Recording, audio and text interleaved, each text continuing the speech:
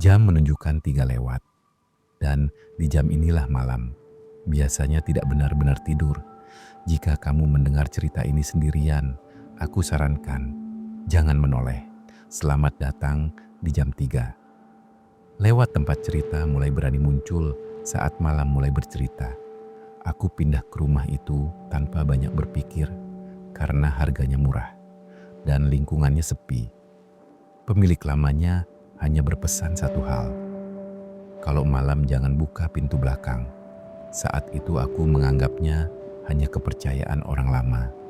Malam pertama berjalan biasa, sampai jam dinding berdetak pelan dan berhenti di 3:15. Lalu aku mendengar langkah kaki dari dalam rumahku sendiri. Langkah itu pelan dan teratur, seperti seseorang yang sudah hafal denah rumah ini. Langkah itu berhenti di dapur, dan aku mendengar pintu belakang dibuka dari dalam. Pagi harinya semua terlihat normal, kecuali jejak kaki basah di lantai dapur yang menuju ke kamarku dan berhenti tepat di samping kasur. Malam kedua aku tidak tidur dan kembali mendengar napas berat di balik pintu kamarku, seolah seseorang berdiri sangat dekat.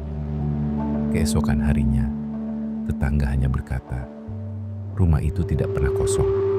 Aku membuka kamar belakang dan menemukan cermin besar dengan tulisan samar, kami pulang jam 3 lewat.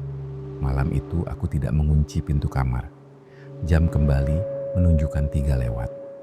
Dan langkah kaki berhenti tepat di samping kasurku. Aku membuka mata dan melihat bayanganku di cermin sedang tersenyum, sementara aku tidak.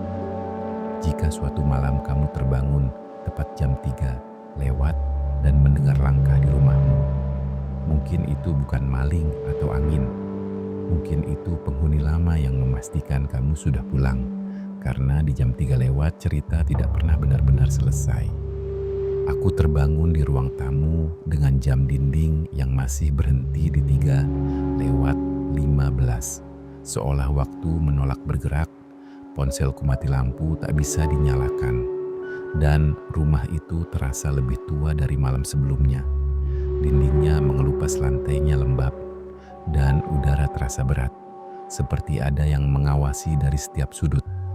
Dari kamar belakang, aku mendengar suara anak kecil menghitung 1, 2, 3, lalu berbisik, sekarang giliran kamu. Aku mendekati cermin besar itu dan melihat bayanganku tidak mengikuti gerakanku, malah tersenyum lebih lebar. Di belakang bayangan itu berdiri sosok lain yang tak mau disebut namanya. Saat itulah aku mengerti rumah ini tidak membunuh, melainkan mengganti setiap penghuni baru. Dengan yang lama, jam akhirnya bergerak ke 3:16 dan pintu depan terbuka, menandakan seseorang baru masuk dengan langkah ragu dan napas berat. Aku ingin memperingatkannya, tapi tak ada suara yang bisa keluar karena aku kini hanya bagian dari rumah ini. Saat jam kembali menunjukkan 3 lewat, aku berdiri di belakangnya. Dan untuk pertama kalinya dia bisa melihatku. Aku membisikkan kalimat yang dulu ingin ku dengar. Kalau malam jangan buka pintu belakang.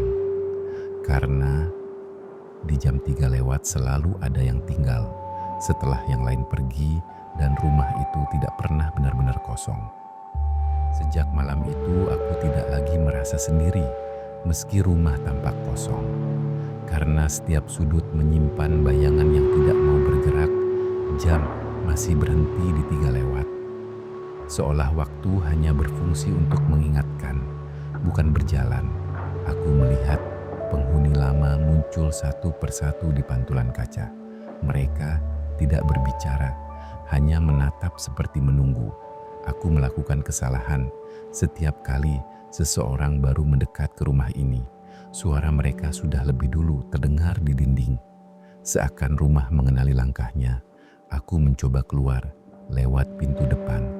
Namun, kakiku kembali berdiri di ruang tamu tanpa aku berjalan. Saat itulah aku sadar tidak semua orang menjadi penghuni, hanya mereka yang menoleh saat dipanggil jam 3 lewat. dan aku telah menoleh terlalu lama. Rumah ini tidak menahanku dengan paksa. Rumah ini hanya membuatku lupa bagaimana rasanya pergi. Sementara di luar seseorang berdiri di depan pagar ragu untuk masuk, dan jam di dalam rumah mulai berdetak pelan memanggil pengganti berikutnya. Aku mulai memahami aturan rumah itu bahwa tidak semua orang bisa pergi dan tidak semua orang boleh tinggal. Setiap jam menunjukkan 3 lewat rumah, seakan bernapas memilih siapa yang pantas menggantikan siapa. Aku melihat kenangan penghuni lama menempel di dinding, suara tangis tawa dan ketakutan berulang seperti rekaman rusak. Dari cermin, aku melihat wajah-wajah yang dulu tinggal di sini.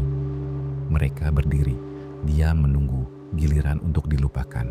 Malam itu, penghuni baru mencoba kabur dengan membuka pintu depan. Namun rumah menutupnya sendiri.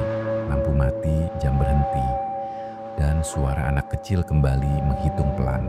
1 untuk yang datang, 2 untuk yang bertahan, 3 untuk yang tinggal selamanya.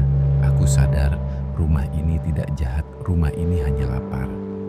Dan ketika seseorang terlalu lama mendengar bisikan jam 3 lewat rumah, akan mengenalinya sebagai miliknya. Malam itu jam berdetak lebih keras dari biasanya. Dan untuk pertama kalinya, aku merasakan sesuatu seperti pilihan. Rumah memberiku satu kesempatan. Ketika jarum jam bergerak perlahan, melewati 3 lewat, aku bisa bertahan atau pergi dengan meninggalkan pengganti. Aku melihat penghuni baru tertidur di kamarku dengan napas pelan, sama seperti aku dulu. Langkah kakiku kini tidak bersuara saat mendekat, dan untuk sesaat aku ragu apakah aku ingin bebas atau hanya ingin ditemani. Saat jam menunjukkan 3 lewat 15, aku membisikkan peringatan terakhir. Namun kali ini bukan untuknya, melainkan untuk diriku sendiri. Pintu belakang terbuka, angin malam masuk, dan jam akhirnya bergerak normal. Aku melangkah keluar tanpa menoleh, dan rumah itu kembali sunyi menunggu. Jika suatu malam kamu melewati rumah kosong dan jam di dalamnya berhenti tepat jam 3 lewat, ingatlah, ini bukan akhir cerita, melainkan awal dari penghuni berikutnya. Karena di jam 3 lewat, tidak semua yang pergi benar-benar pergi, dan tidak semua yang tinggal ingin bertahan.